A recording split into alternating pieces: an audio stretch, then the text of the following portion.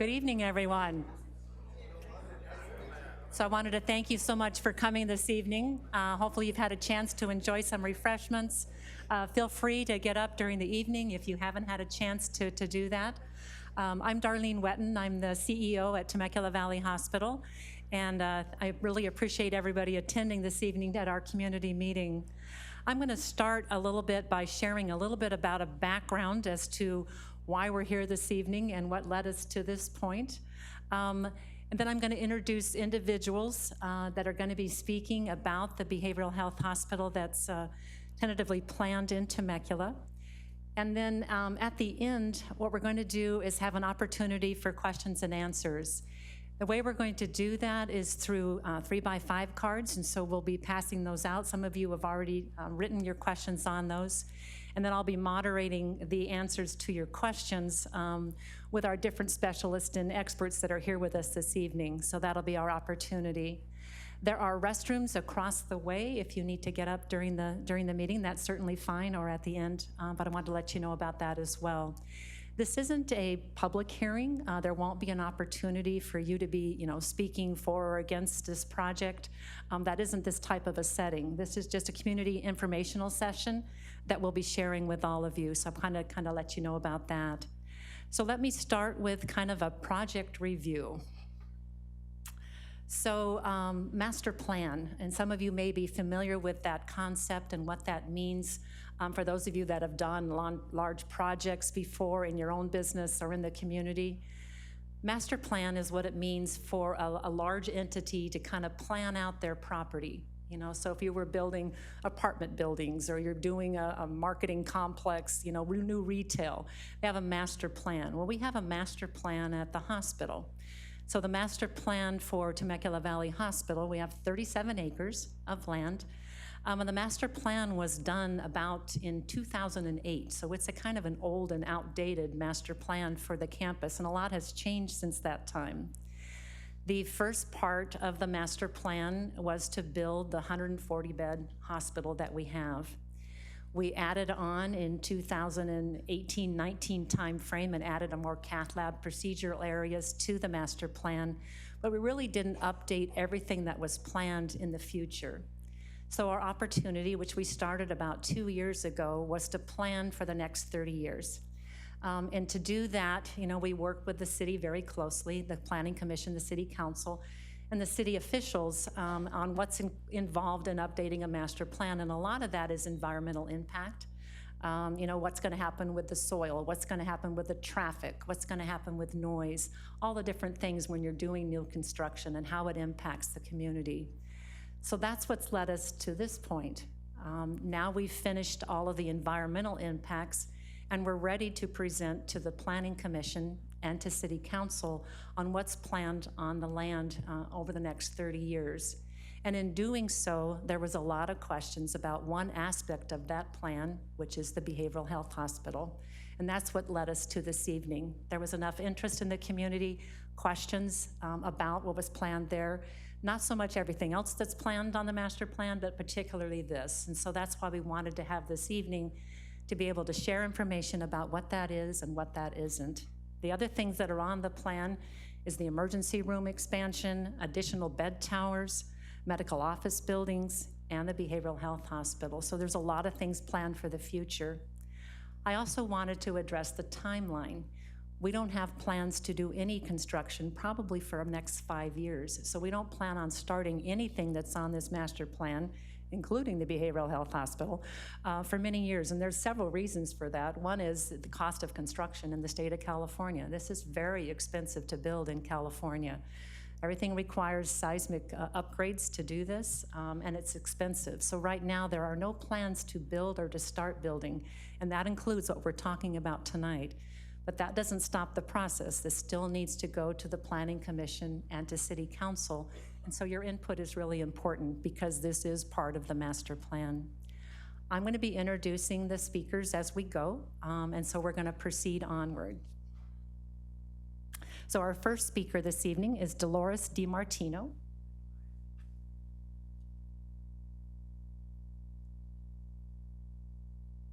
Dolores is the president of NAMI Temecula Valley.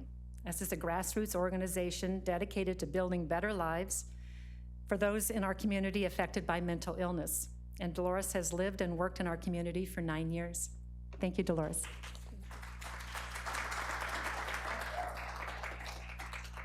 Thank you, everybody. Again, like I was introduced, my name is Dolores DiMartino. I am a 9-year resident of this community and president of NAMI Temecula Valley.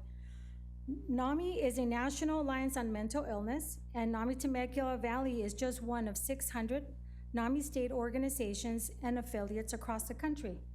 NAMI works to educate, support, advocate, listen, and lead to improve the lives of people with mental illness and their loved ones.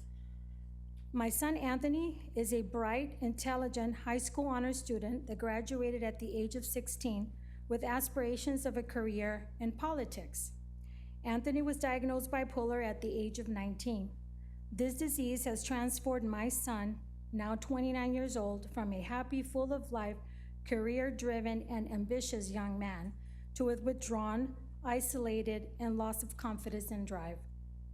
It's been 10 long and difficult years since his diagnosis. Anthony, my daughters, my husband, and I have suffered the effects of his illness more impactfully because when my son is in his psychosis, he is in his reality, while we as a family have to endure the painful devastation effects of his illness.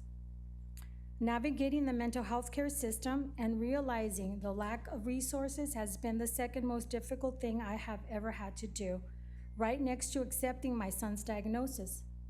In Riverside County, we have no behavioral health beds. Myself and other families have driven to San Diego, Covina, and as far as Los Angeles for our family members.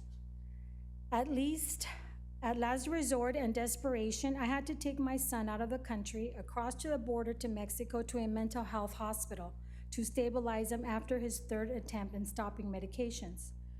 When I discovered that 90% of the patients there were all American from all over the United States. Sadly, my story is not unique or pretty. It's a story of thousands and thousands of families nationwide looking for support and resources. NAMI estimates that 1 in 4 adults experience mental health issues or with their family member. Please raise your hand if you or your loved one have experienced mental health challenges. Take a second to look around. These are your coworkers, family members, neighbors, communities. And if you're not brave enough to raise your hand, think about the stigma and the shame that this disease brings, because no other disease has this much shame and stigma. My son is only one of thousands of victims of our broken mental health system in our community. Our loved ones have fallen through the cracks due to lack of continuous care. Anthony, as well as every person in this country, deserves to live a life with dignity and access to complete mental health care, not just short-term stabilization. Because mental health is health. By approving this development of this behavioral health hospital, this could be the first vital step in improving the lives of many of our sons and daughters with mental health challenges in our community. Thank you.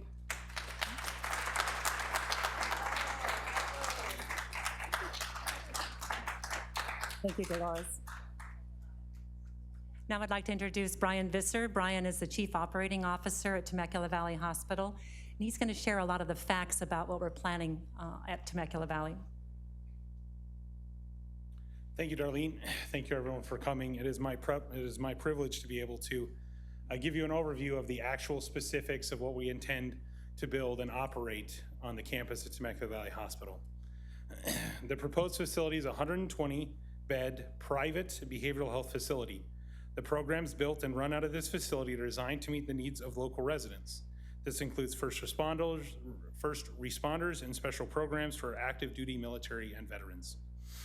The facility will boost the local economy with an additional 250 to 350 jobs, including technicians, pharmacists, therapists, counselors, and of most note, the recruitment of approximately 10 psychiatrists to the community who wouldn't just work at this facility, but would also set up private practices to treat community members. This is a private facility that will be built, owned, and operated by UHS. Last month, the state of California announced new changes to a number of mental health laws, including a potential increase of funding for caring for behavioral health patients. These funds will not be utilized by UHS to build this proposed facility. Not only does UHS not qualify for these funds, the intent of these funds do not align with the scope of services that will be offered in this facility. You can see here, this is a map of our campus, all 37 acres. And on your lower left-hand corner is a dark square. This is where the plan is to build this new facility on the corner of Temecula Parkway and Donna Lenora. If you haven't had a chance, you can see we've got poster boards at the front of the room that detail what the inside of these facilities, as well as some exteriors of some other facilities, as well as a completed facility in Scottsdale, so you can see these facilities. So please, if you haven't, take a minute to look at those when we're done with the evening. I would like to outline what behavioral health services are going to be offered in this facility. First, we're going to have services for adolescents. This is ages 13 to 17 years old. The typical patients seen in this group are being treated for depression and anxiety. Often this is just caused by the pressures of teenage life. This would include separation from parents in a household or bullying at school. Adolescents will also offer programs for adults. This program treats those older than 18. Common patients in these programs are those experiencing depression and anxiety, patients who suffer from issues like bipolar or schizophrenia may be admitted to this program to stabilize their condition before being discharged home. We'd also offer programs for older adults. This program treats those 65 years of age and older. Many of these patients are suffering from the grief of loss of a family member or loved one, or taking care of, and this is especially important, taking care of older adults as they start to deteriorate physically. They tend to struggle with their behavioral health as well.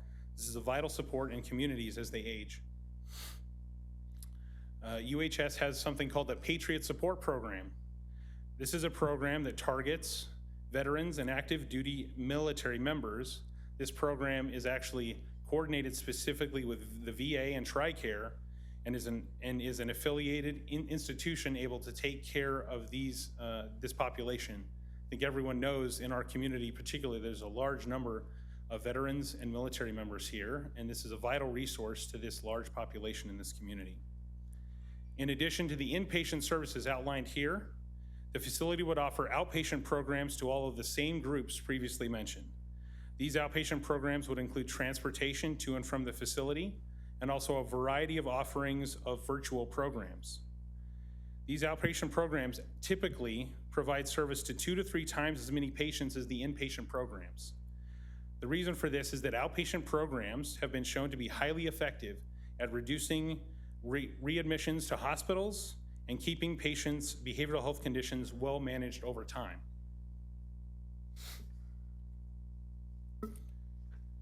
Next, I want to dive into the operations of the facility. Being admitted to a behavioral health hospital is by referral. This means that another doctor at a hospital or a clinic has had to write an order for a patient to be treated at that facility. Unlike acute care hospitals, behavioral health hospitals like the one we plan to own and operate do not have an emergency room. And behavioral health hospitals are not required to take every patient that is referred to them. To the second point, behavioral health hospitals establish very specific admission criteria. This criterion is designed based on the services offered. So the previous service we talked about are for adolescents, adults, older adults, and those in the military. In our proposed facility, our admission criteria would ensure the safety of the community by not admitting patients actively detoxing from drugs or alcohol, patients in police custody, or patients that, when assessed, are actively violent. Additionally, this facility is an acute care facility. The average length of stay for patients in this setting is 5 to 7 days. We are not a facility for long-term psychiatric patients who may be in the custody of the state. There are facilities in other parts of Riverside County that specialize in taking care of these long-term patients. California law requires that behavioral health hospitals provide all patients with a safe and appropriate discharge plan. Patients are never discharged to the street. This means that patients must be sent home. Most patients go home to family, right? They must have a safe way to travel to, and they must have a safe way to travel to this location. Behavioral health hospitals discharge patients back to their place of residence as they are required to do so by law. Facilities like ours will have a dedicated transportation department to facilitate these transports. So we'll have a team of employees trained to transport. They'll have vans, and they will be able to send patients to and from their appointments and home from discharge. I've mentioned a lot here, and I know there's going to be a lot more questions. We've already received some, but I want to summarize the key points of this facility, right? And really how we are tailoring this to our community and how we want to keep this community safe, but still offer really good behavioral health services. The facility in Temecula Valley is not a facility for those seeking long-term or permanent placement for the management of a mental health disorder. Patients will be admitted to a facility for an acute behavioral health need. As it says here, this is not a facility for drug detox or active drug rehab. Due to the very specific admission criteria that are established for behavioral health hospitals and addressing the needs of the residents of Temecula, this facility will not contribute to homelessness. When reviewing the data of both our local emergency room and the data of other UHS hospitals owned and operated in California, less than 1% of all admissions into these facilities are homeless.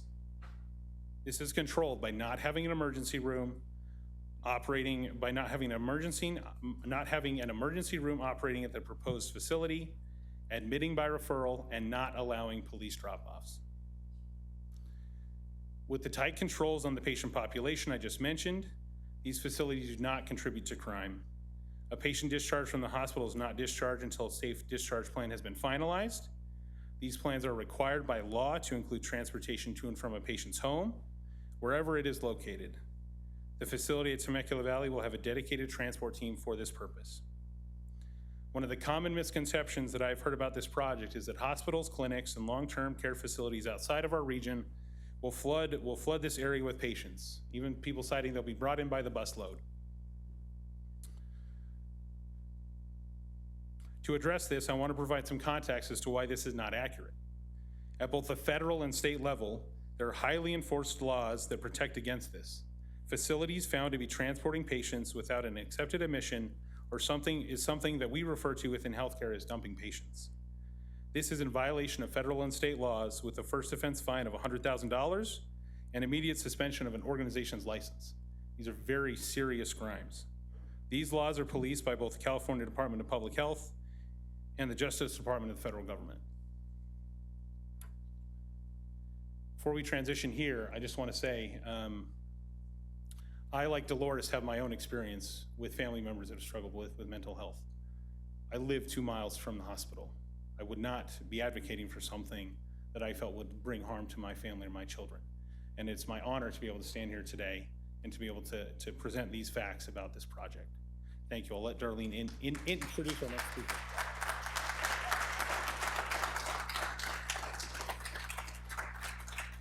Thank you, Brian.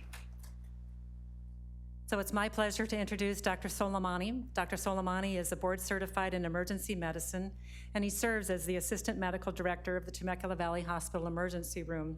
He's lived and worked in the community for 10 years. Dr. Soleimani.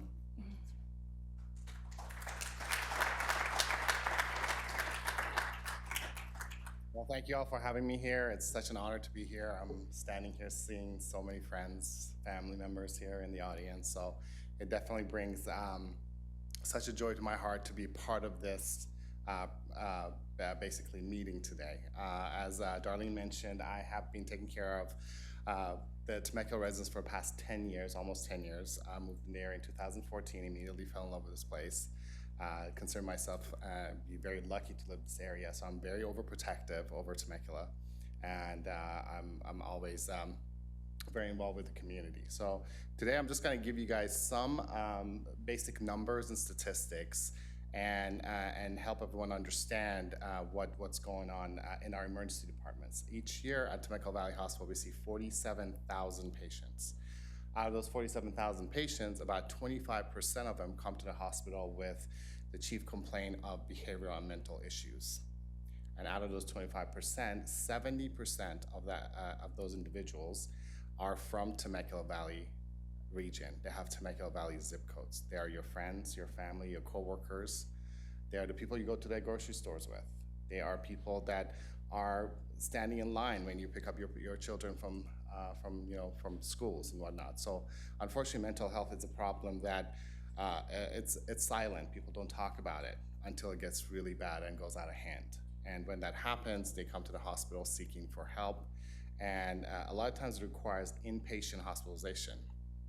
And unfortunately, when they come to the ER, because of the lack of resources and lack of institutions for these patients to go to, they stay in the ER for 2, 3, sometimes a week, and we've had some cases that have stayed in the hospital for several weeks. And when they do so, they take those rooms in the ER, the rooms that are designed to take care of the emergently sick patients. Not that a mental health is not an emergency, that's not important, but however, we're not able to bring those patients who are having serious medical conditions quickly to the rooms. So what that happens, increases boarding time in the ER, increases the wait time in the ER, and so they are not able to get the care as quickly as they need. Obviously, one thing that I pride myself as being a physician, I take care of my patients like their family. So, and I believe that's what every provider and staff at Temecula Valley Hospital does.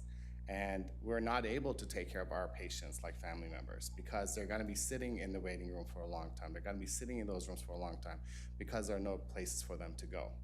And when we find places for them to go, we have to ship them 60 miles away, at least. Imagine you have a loved one who is suffering, who is waiting to get care, but you say, hey, you know what? I can't take care of you guys here. I have to send you 60 miles away. That breaks my heart. I don't know about you guys.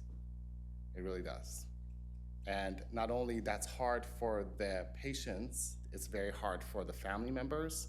Economically, they have to drive. Gas is what, $6 a gallon? They have to drive 60 miles away to go see their loved ones. They have to stay in hotel rooms to be close to their loved ones and to try to get, basically to find out what's going on with their loved ones and be there for them. So this is, again, I mentioned 70% of these patients are living within Temecula Valley. This is a local problem. We need a local solution. So as community members, we need to take care of this ourselves. And I'm so honored to be standing here and being part of this meeting today to say that, we need something locally for this. Why is it important for us to have a stroke and STEMI center in the hospital? I have several physicians here. One of our esteemed cardiologists is here, Dr. Ho, in the audience. He takes care of the patients who are here coming in with heart attacks. So we say time is brain or time is heart. So when we get them to the facility to take care of those patients, they actually have better outcomes. So if we're not able to get these patients to an inpatient facility, they're not gonna get treatments right away. They're not gonna get what they need to help them, especially when they're adolescents, when they're younger. So if you're able to treat these patients sooner and faster, it's going to actually increase basically the treatments. It's gonna decrease the morbidity and mortality associated with mental health. We're gonna have a lot more success. So just keep that in mind. I understand it's a very polarized subject. Again, for someone who lives in this community, I understand the concerns. And just like everybody else is standing here, I have had my own personal experience with this. My daughter is suffering from anxiety and depression, and not only is it an inpatient, but it's not going to be an outpatient facility as well. And getting resources has been really difficult. Getting her to go and see a psychiatrist and psychologist, try to make an appointment to go see someone. It takes months. So keep that in mind. This is going to make our community better. And again, thank you for having me. It was an honor to be here and speak with you guys. So please feel free to ask questions later on, on those cards and try to answer them. Thank you, guys.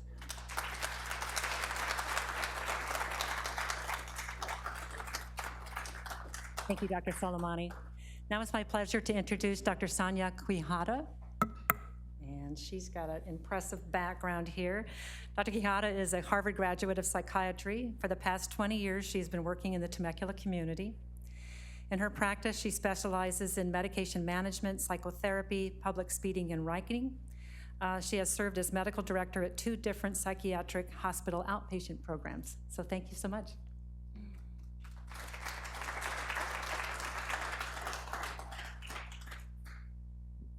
Testing. All right. Well, thank you so much for having me. It's a real honor to be with you tonight. There we go. So, I am an outpatient clinician, which means I just see regular patients. They call up my secretary, they get an appointment, I get to see them. I have done other work, and I still do other work, but the majority of my work is outpatient clinical psychiatry. Like Dr. Soleimani said, when a patient comes to be seen, they're generally quite ill. And what I've learned in 20 years of practicing here, I was 12 when I graduated, just letting you know. In the 22 years that I've been practicing here, is that most of the time the patients come in and they are about to crump. They don't come in at the beginning of their illness. They don't come in even at the middle stage of illness. They come when they've gotten 2 warnings at work. They're barely married anymore. They don't like their kids, even though they love them. That's when I get the call. And as a clinical psychiatrist, I am not equipped to treat these patients.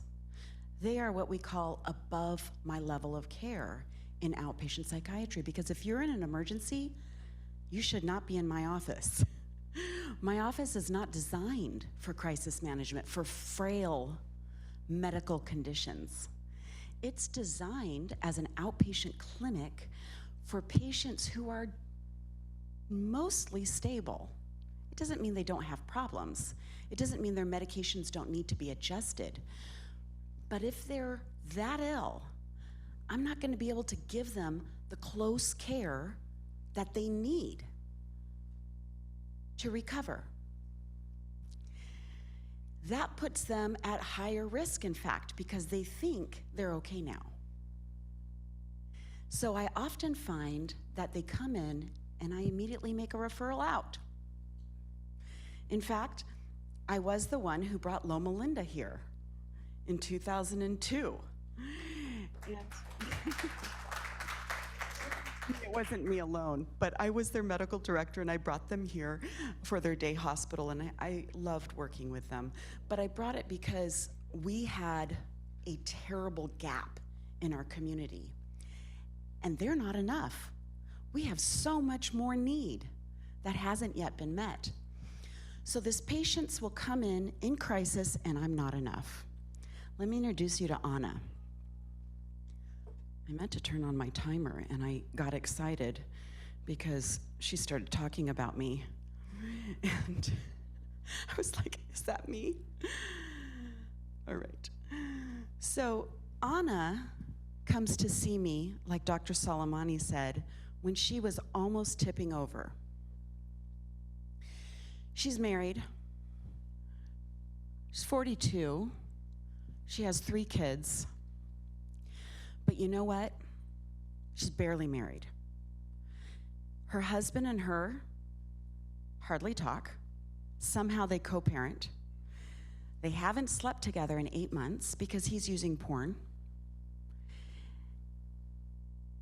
He's drinking. She's gotten her 2 notices at work. First time in her life she's ever been written up. She's a very high performer in life. But you can't give what you don't have. If you don't have $5 in your wallet, you can't take me to coffee.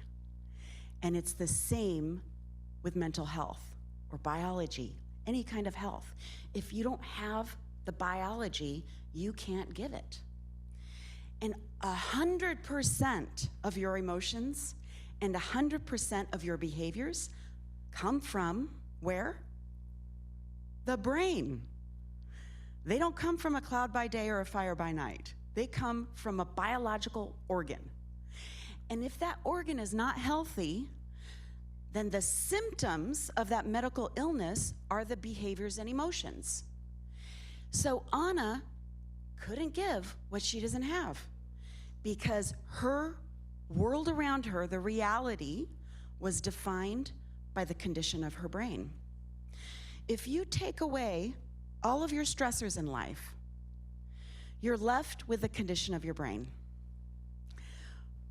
But it turns out if you leave all the stressors in life and remove your brain, you feel just fine. Because 100% of them come from your brain.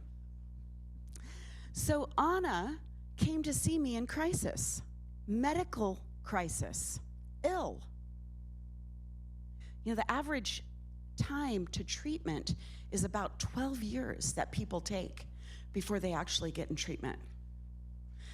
And these diseases are progressive. They worsen over time.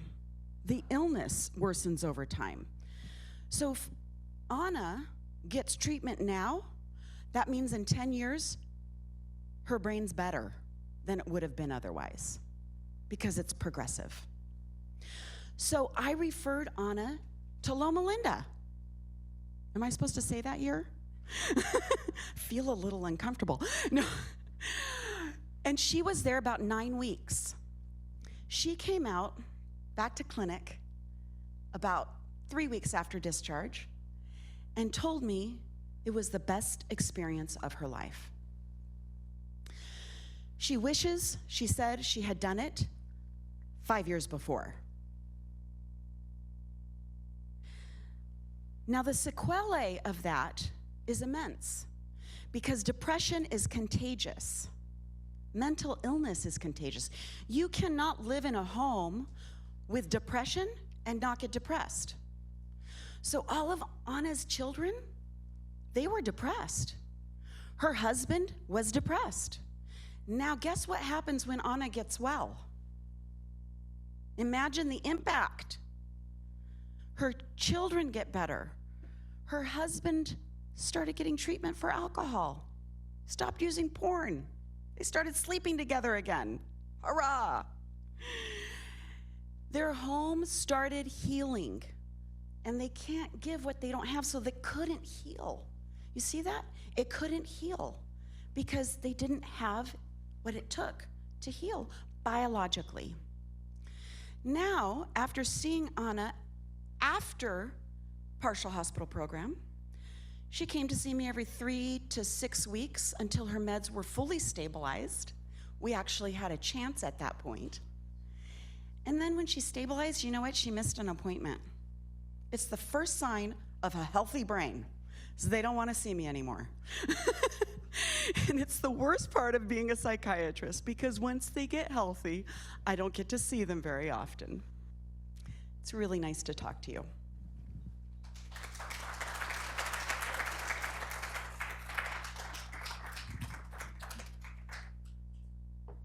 Thank you very much. Now I'd like to introduce Janine Moore. Janine has a master's in licensed marriage family therapist. She has worked for Riverside University Health System Behavioral Health for 27 years, and she works extensively with children, adolescents, and their families. Thank you. Thank you. It's my pleasure. I was leaning over to Dr. Soleimani and said, I should just say ditto. A lot of what I have to share is familiar to the previous speakers, but I was asked to come and share specifically around the needs of adolescents. So as I was introduced, I guess I was 12 as well. I started with the county 27 years ago. Always worked in the world of children and adolescent services and in the new world of transition age youth, so that's 16 to 25-year-olds. As I'm sure you know, I'm not as eloquent without the notes. As I'm sure you know, adolescence is a unique and formative time. Physical, emotional, and social changes, including exposure to poverty, abuse, or violence, can make adolescents vulnerable to mental health problems. And then you add on what we lovingly call a pandemic. So mental health disorders in adolescents are a significant problem, relatively common and amenable to treatment and intervention. In fact, during adolescence would be a prime opportunity for that intervention to really change the trajectory of their life. 1/2 of all serious adult psychiatric disorders start at age 14. That fact often surprises people because we actually don't tend to see them in our service array until much later. In fact, I would say anywhere as long as 23 years later. So imagine you start having a challenge as an adolescent at 14, 15, 16, and your first real direct service isn't until you're in your 30s. Imagine that lost opportunity. We're also, as I mentioned, at a unique time in our recent history with the pandemic. We have seen unprecedented increases in youth experiencing anxiety and depression, many of whom are in need of inpatient psychiatric care. And those challenges can have profound effects and impacts on their family, their social lives, and their schools. In Riverside County, there are currently only 10 inpatient psychiatric beds for adolescents in the entire county. We have 2.5 million residents. 10 are for adolescents. And all of those 10 are located in the city of Riverside. So I heard a 60-mile radius, and you mentioned farther. Many of the youth that we need service for travel well beyond that 60-mile radius to San Diego, Bakersfield in Kern County, obviously Loma Linda, and that is a disconnection from their caregiver, their family, the support system that shouldn't have to happen, just to be blunt with you. Think about what you would hope for your children if they needed any medical care. Would you want them to have to travel that far away, or would you want them close to home? This hospital falls in line with the future state that better fits the needs of youth and their families by allowing those youth to remain within their community and for families to have easy access to them and the services they are being provided. Having family be a part of treatment is critical in the care at the time of services in the hospital, but also lends to more successful discharge planning and aftercare for the youth.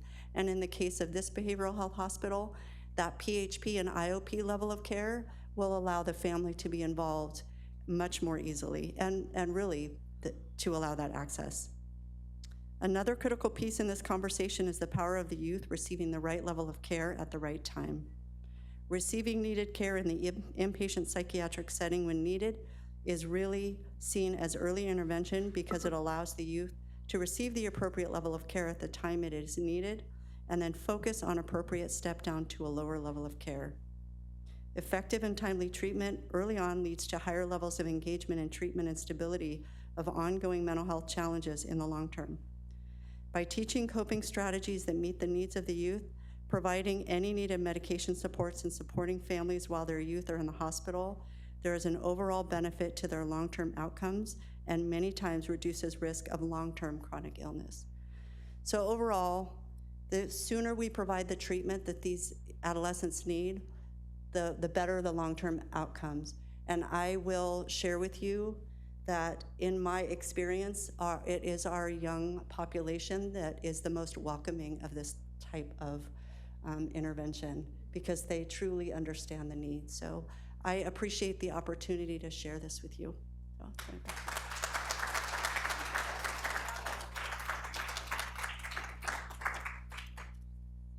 So kind of in summary, you know, many of the things that we've talked about is things that we're stressing, and we're going to open it up for Q&A next. But this will not increase crime or homelessness in Temecula Valley. And the patients needing the care are right here. We're not bringing anybody in. These are your friends, your family, your coworkers. This is a private hospital that would be by referral only. We don't accept everybody. This is not for drug detox. This is not bringing in the homeless. This is completely different maybe than what you've heard about or didn't understand before coming this evening. And again, this is something that the community needs. So there are 3x5 cards that you should have already had access to. If not, we can get those out to you, certainly, where you have an opportunity to write down your questions. And while you're doing that, I'm going to go ahead and start with some of the questions that have been brought forward already.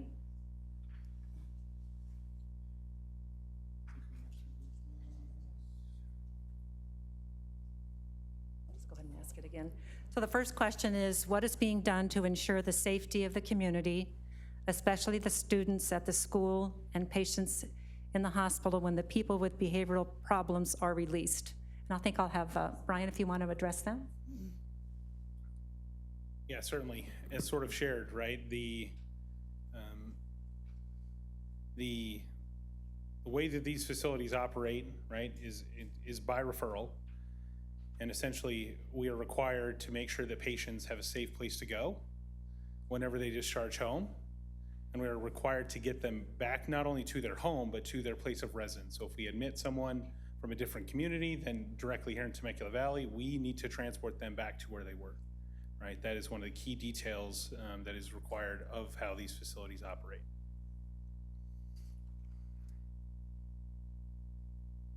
So this question may have been asked earlier, but I will read it because I think we've already answered it. What percentage of 5150 people, which is an involuntary hold, are addicted to drugs and alcohol? And what percentage of the 5150 people are cured of their addiction as a result of their 5150 hold?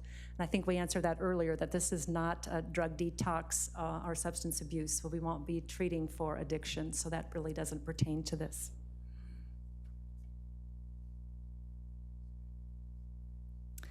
Next question is, how long is the average stay for someone brought here against their will? And I think, as the expert already shared as well, average length of stay in this type of hospital is 7 days. Might be longer or shorter, but that's the average length of stay.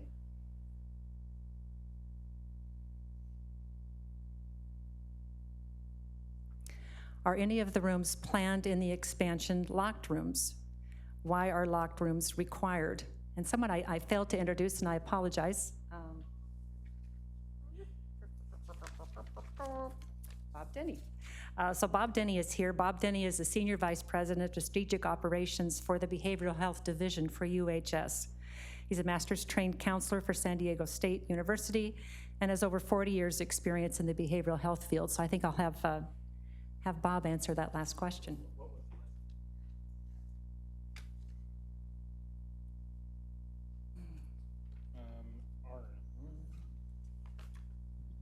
Are any of the rooms planned in the expansion locked rooms? Why are locked rooms required?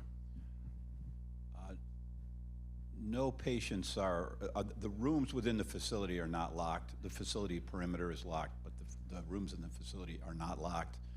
There will probably be 1 or 2 seclusion rooms where patients go to de-escalate occasionally during the stay. We barely actually use them anymore. We don't use any sort of restraint type mechanical anymore in this in this field. So really it is a small part, a very small part of what we do would be to occasionally seclude someone. So there is a room in the facility that might be locked for a very short period of time.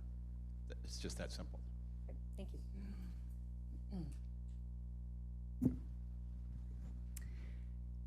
Who would be the best one to answer this?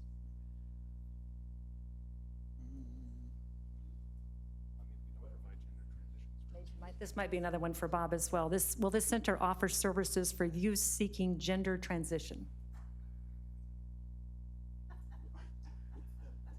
We won't be specializing in youth transition, but there might be patients who, well, whatever would be representative of the community in general, we will see at this facility. It's not exclusive or exclusive or inclusive of what we do.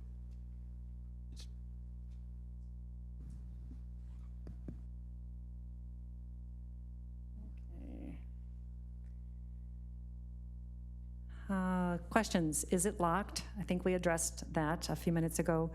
Will kids who want to leave their parents due to AB 957, will this be a place for them? Who's our expert in this area? You want to address that? this on? Hello. Could you repeat the question? If children want to leave their parents? Right, due to AB 957, will this be a place for them? This is a place for everyone. I'm just going to say that. This is not intended to be a refuge for children who want to leave their parents. There may be children there who want to leave their parents, but that's not the intention of the facility. The facility is there to treat mental illness. So you're all welcome, any shape, form, gender, whatever. It's not the point. The point is mental illness.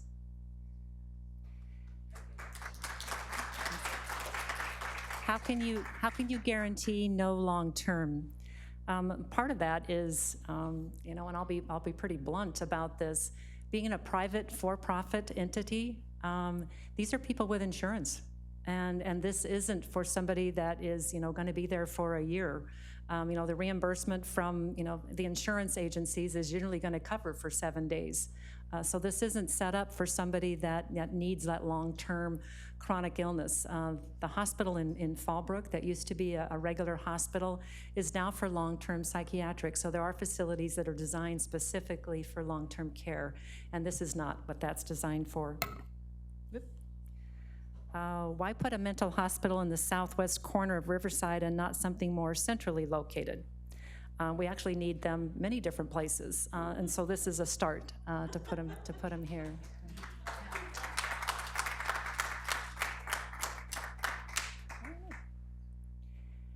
How many adolescent beds are you committing to? This is going to be a 4-story building, one of the floors, so actually a fourth of the beds will be dedicated to adolescent.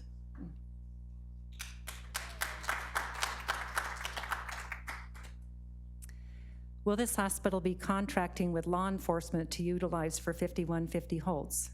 No, this will not be a location for the police to drop off people that are on holds. Will the facility provide any outpatient services or outpatient referrals for better transition from 24/7 inpatient care? I think we'll have our outpatient expert address that again. All right, say it one more time. What's the differentiating question there? Will the facility provide any outpatient services or outpatient referrals for better transition from 24/7 inpatient care? All right. Well, I'm so glad this question got asked, actually, because it's important to really even grasp what is psychiatric care, what's available. You have inpatient, you have the most extreme, I have danger to self, danger to others, gravely disabled, which means I can't provide for food, shelter, or clothing. That's the most extreme. That's inpatient.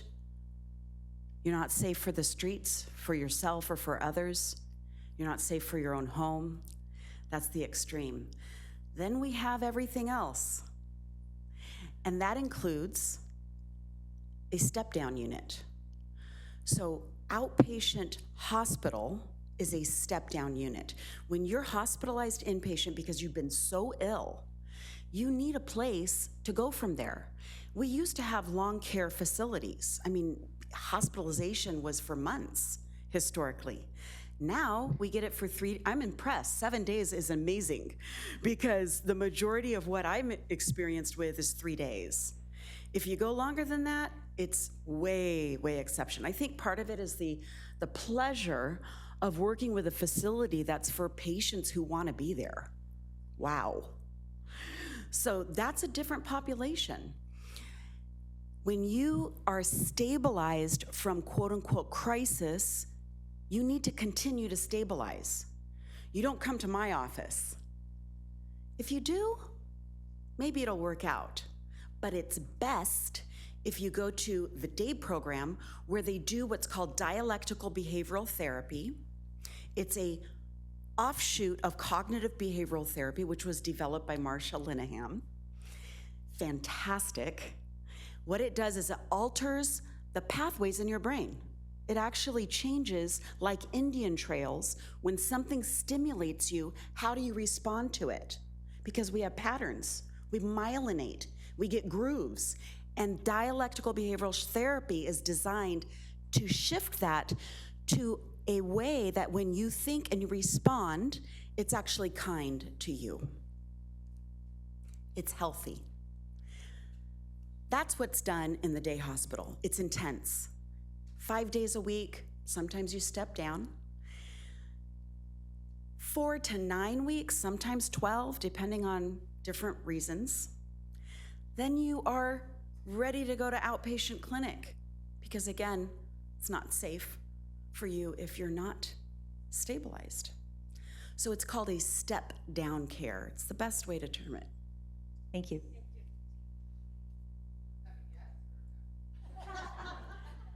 Yes and no. Can I say something about it? Sure, sure. The hospitals for crisis care, 5 to 7 days. A lot of the real treatment takes place when people step down to partial hospitalization and intensive outpatient programs, which they can attend for extended period of time. And that's what really benefits the community, probably more than anything, once the crisis is resolved. So. 4 stories for 7 days? No, it's the inpatient as well as the day hospital. Oh, but I don't know what I don't understand that question. Well, you said it was it's gonna be a 4-story. Right, it's a 120-bed inpatient hospital, but within that, there are group therapy rooms, all the treatment rooms we need for all the outpatient programs. Most likely somewhere else for the halfway house or something for them to come back. No, all the outpatient programs will be within this facility. And then we'll have the transport team to help people get to their outpatient department appointments here. So the next question, I'll direct to Dr. Soleimani. If the patients are only admitted by referral, how will this help the TVH-ER? Well, you can use the mic. So as far as helping the TVHER, if they're basically, so these patients are not going to be come to the ER and get dropped off at our doorsteps, and we have to take care of them. So if they're being referred to the hospital, these are not coming and being dropped off at the ER. So that's how it benefits us as a hospital, so as an emergency department. Next question is, will you accept transfers from crisis stabilization units in Oceanside, San Diego County? And again, it's going to depend on the admission criteria, if they meet that, on their insurance. Oftentimes, insurance health plans don't allow transfers between counties. So it depends. Right now, from our emergency room, for example, we're not able to send behavioral health patients to San Diego County. We send oftentimes to Los Angeles. And again, it's because of the insurance, the alignment between that. So we may or may not be able to receive somebody from San Diego County depending on their insurance and if they meet the admission criteria. So if they did, then possibly.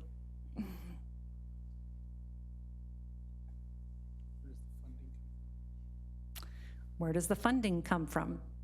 Again, it's just like when you're in the hospital, it comes from the insurance. The military program that Brian shared, we would have a contract with TRICARE, which is oftentimes covering the military veterans as well as active duty, Medi-Cal, IHP, Blue Cross, Blue Shield, Aetna, all the different contracts that we have at the hospital, we would seek in the behavioral health hospital as well. So that's where the funding comes from. And again, that's why it's a private hospital and why we have admission criteria, because we're not going to be able to take care of those who aren't insured. We have to be able to generate enough revenue to cover the cost of the facility, of the employees, of the psychiatrists, everybody that's a part of that. This isn't free and indigent care. This is for generally, these are your neighbors and your coworkers. These are people that have jobs that end up in a crisis and need that help, and so they're generally insured.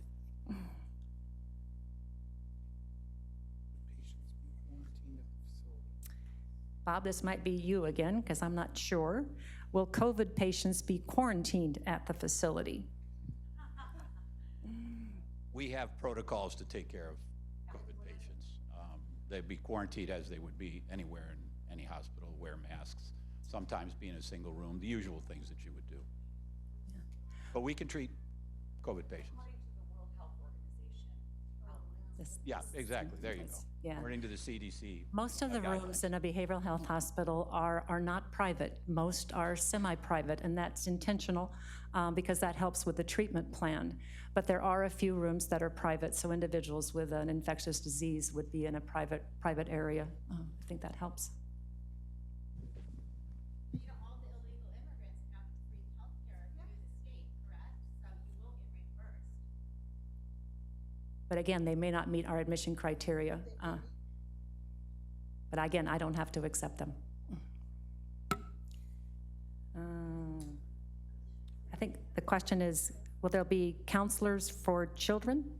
And I think we've addressed that we would have a specialty for adolescents. We won't be treating younger than an adolescent.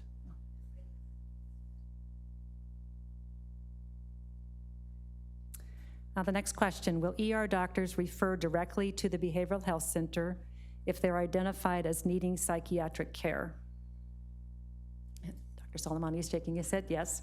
And again, they have to meet the admission criteria. So even if they're in the emergency room at Temecula Valley Hospital and we determine that the patient is violent or detoxing or doesn't meet the admission criteria, we're still going to send them to the appropriate county facility because again, we don't have to say yes even to our own emergency room. So I think that previous question, how is this going to help our ER? Well, it's hopefully going to prevent people from getting to the crisis of needing the ER, but also there are patients that may not be appropriate even from Temecula Valley's ER, or Rancho Springs, Inland Valley, Loma Linda. Will the center be open the same hours as the ER? Well, it's an inpatient hospital, so it's open 24 hours a day. And Bob, maybe you could address how admission times normally work in a behavioral health hospital. We're able to admit people 24 hours a day based on the need. Oftentimes from the emergency rooms, we can take people at any time. In the daytime, we do assessments. At night, we would have already determined that they need to be in the hospital and could be admitted. What would prevent patients from the ER going straight to behavioral health center from the ER in the streets? Again, it's a locked facility. You can't walk in. You have to have an appointment. Most everybody's going to arrive via ambulance. There will be an ambulance entrance, but there will not be drop-off. You have to have an appointment. You'll be turned away. It is locked. Next question. Southwest Healthcare is building expanding Inland Valley campus. Does Southwest Health Plan include the same services? Expanding ER, beds, offices, and behavioral health in Wildemar 2. The plan for Inland Valley campus does not include behavioral health. It is an expansion predominantly of beds. It'll add 70 additional inpatient hospital beds to the community, but not, I don't believe there's a plan for an expansion of the ER.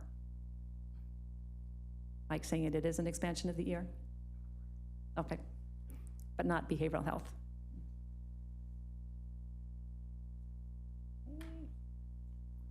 Next question, does behavioral health pick up under 18-year-old patients from schools with confidential not notifying parents? No.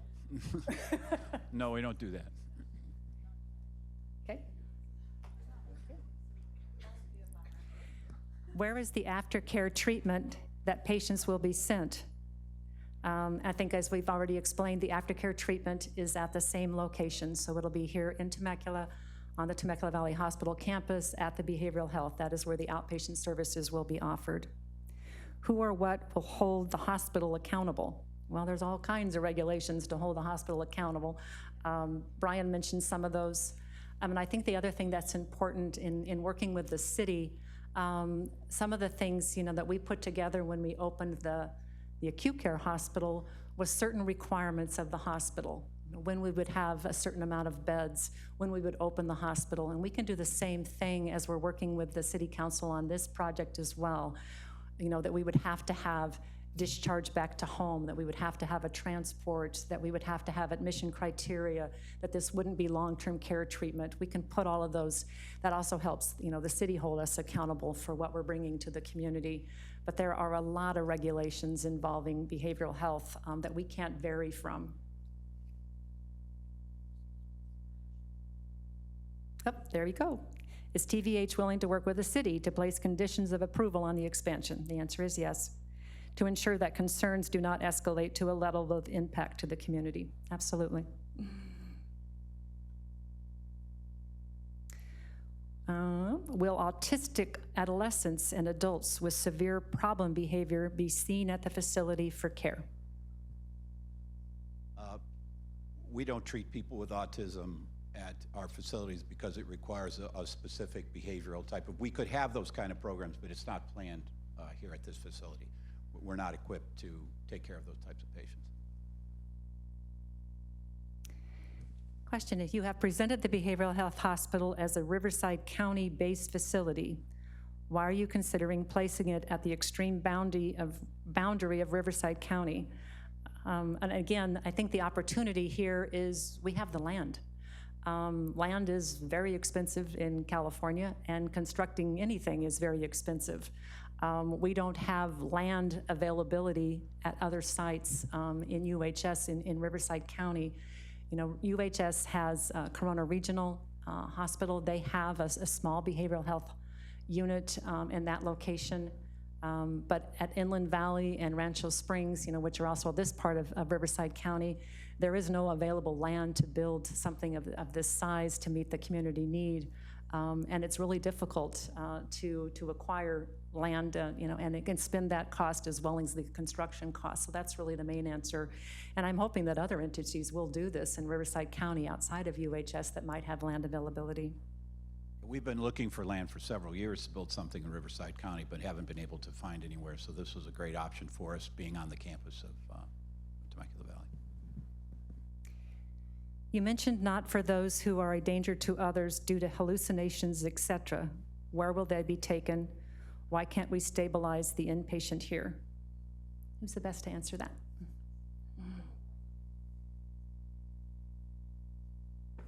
So whether you're a danger to others because you're using substances, or you're a danger to others because you have a primary psychosis, or you're a danger to others because you drank 12 cups of coffee that morning, or whatever the reason is, it's still danger to others. And so we'd have to have the same screening that we would with any patient.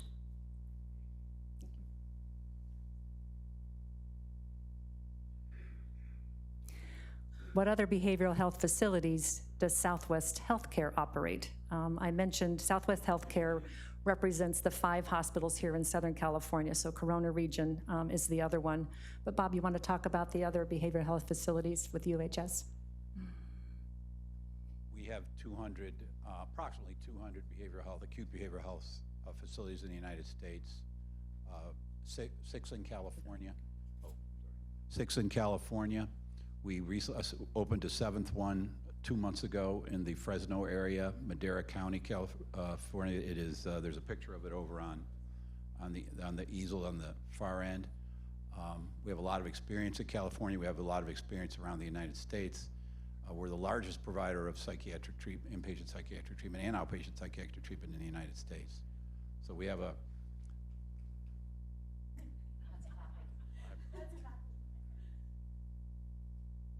Thank you. So next question, we're getting into the finances here. What are the profit margins? The profit margins are actually very, very low, and that's one of the reasons we're not able to build.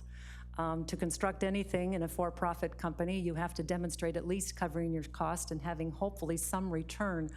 There's a couple of reasons. One, I talked about the cost of construction in the state is huge. Also the cost of labor.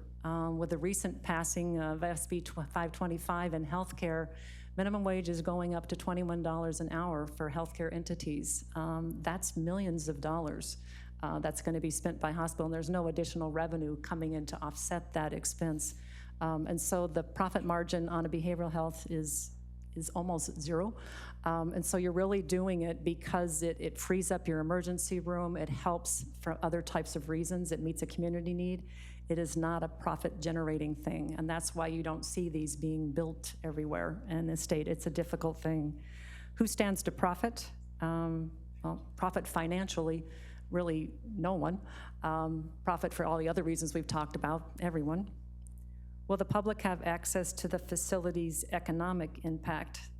I guess the economic impact is really the fact that we would introduce, 300 jobs to the economy, that everybody benefits from that. Bringing psychiatrists to the area will certainly benefit everybody. Bringing any physician to the area always has a positive economic impact. So that's probably the biggest part of that. Also say something there, because I didn't get to tie it in when I was talking about Anna, but Anna almost lost her job.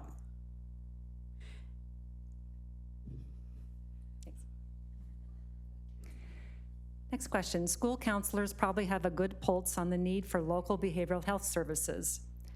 How do they help patients receive care for their children? And can TVH partner with local school entities like schools? Maybe you could address that one.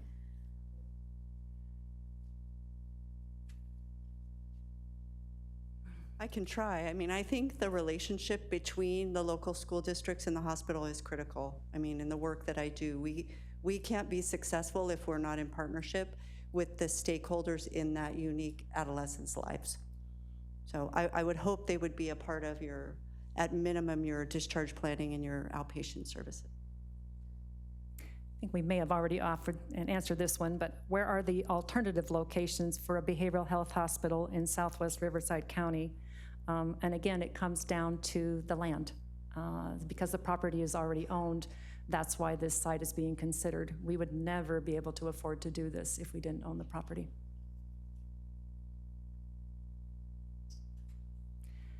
How does this private hospital get to discriminate and not accept the uninsured or unhoused?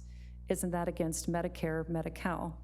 Well, Medicare and Medi-Cal are insurances. They just happen to be government insurance. So we would accept Medicare and Medi-Cal because we would have a contract with them. But a private hospital is allowed to, it's different when you have an emergency room. When you have an emergency room, you take everyone regardless of their ability to pay. This doesn't have an emergency room, so it doesn't fall into those federal regulations. And so we're able to be a private hospital, and there are thousands of private hospitals across the country. That's how they operate.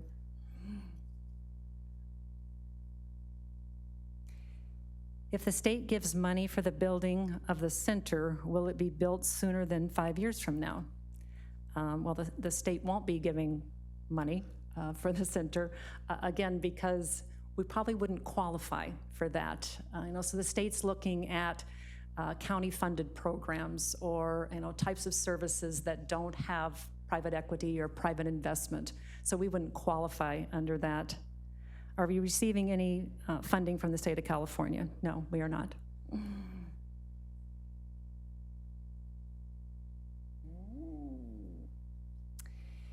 You guys say this is only to serve our local community. UHS is a for-profit, and they will not sit with any empty beds. What will you do for the community when all the beds are full? Well, again, I'm hoping we're not the only ones that are going to be investing in behavioral health in Riverside County, and there are no beds now. So the 10 adolescent beds, that's why we have to send out of the community. And so sadly, we would continue to have to send out of the community once the beds are full here. Our community needs resources. Our community needs resources desperately. Why would you build a psychiatric hospital with the highest risk patients 500 feet from a school? And again, these are located across the country in suburban areas, next to schools, next to churches, next to communities. These are locked, and patients do not go back out to the streets. We have a transport team that discharges the patient back to where they came from if they don't have their own transportation or a family picking them up. We will transport them. There will be nobody released out of there. I don't know if anybody wants to add to that, or Bob. Or... I had the privilege, I live in San Diego, and I had the privilege of running the psychiatric hospital that's in Rancho Bernardo. And it was a service to the community there. This is really a benefit that we're bringing to the community. I admitted friends of my children from the high school. I admitted friends, adults, military patients. It really is something that is a benefit to the community. I guess is all I can really say about that. Why is a mental health facility more important than a cancer facility? Well, I would certainly say that cancer is very important. This isn't a trade-off. The master plan at the hospital, we provide, cancer services now where we've got, cancer surgery going on. Kim's here from Michelle's place. I mean, there's a lot of cancer care going on. So this isn't an instead of. The master plan that was put together back in 2008, had a little square on it that said cancer facility. That doesn't mean that we're doing this instead of.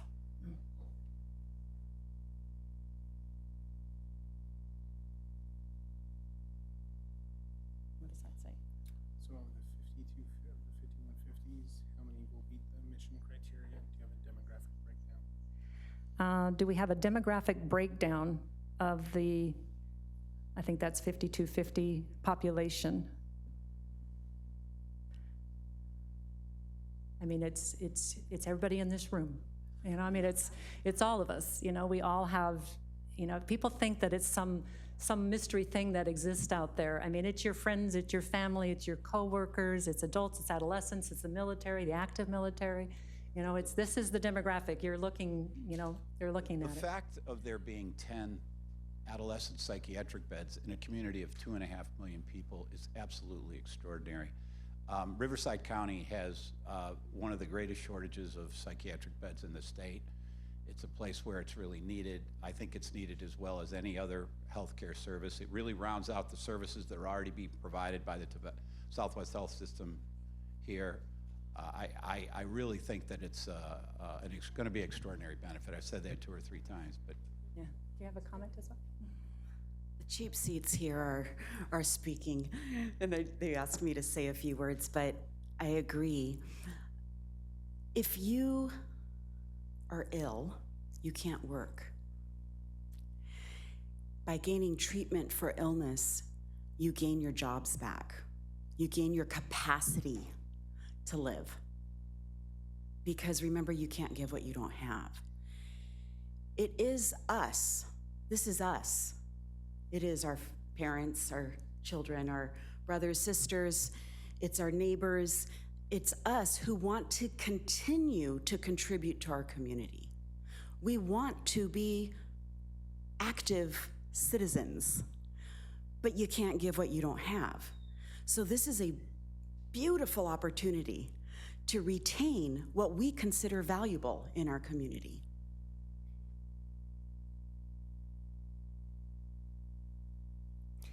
Will there be any kind of cap on the number of state-funded plans patients you admit, IHP, Medi-Cal? No, I mean, there isn't a cap by plan. I don't believe we have that in any of the other hospitals as well.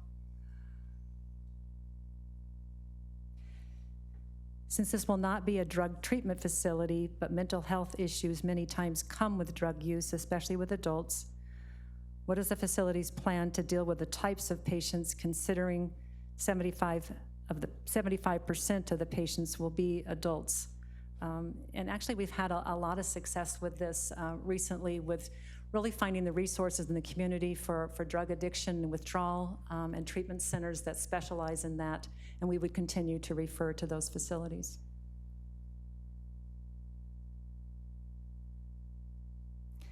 How are you going to monitor patients that choose to leave against medical advice?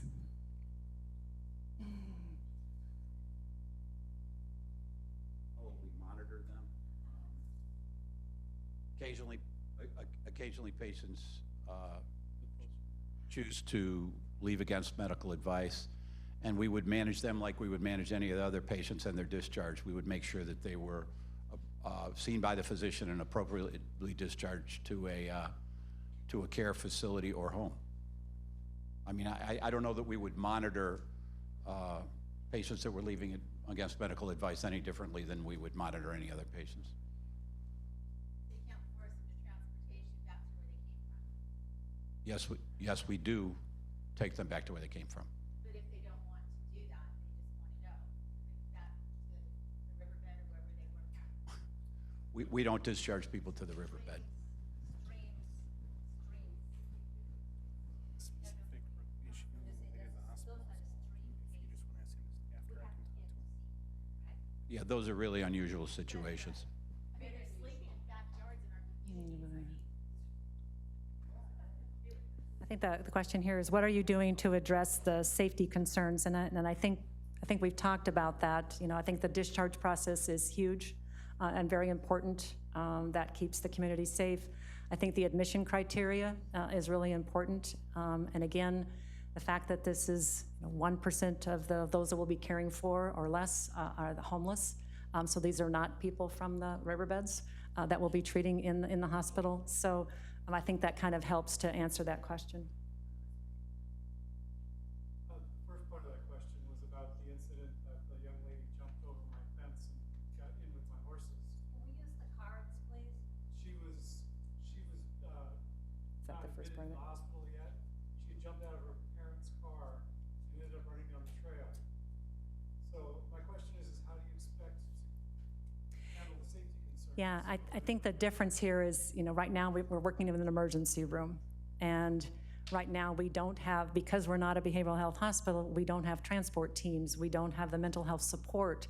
So when people leave, and that happens now, I mean, these people are right now in emergency rooms. And so when they leave the emergency room, they're leaving, you know. More dangerous to have an emergency room without a psychiatric hospital where people could just walk on than to be able to transfer them into the behavioral health hospital.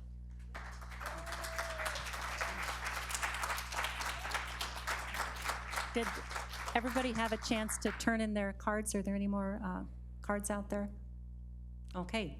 Well, again, thank you all very much for attending this evening. I appreciate your patience as we went through all of this. Please help yourself to refreshments on the way out. And we'll also be available here in the room.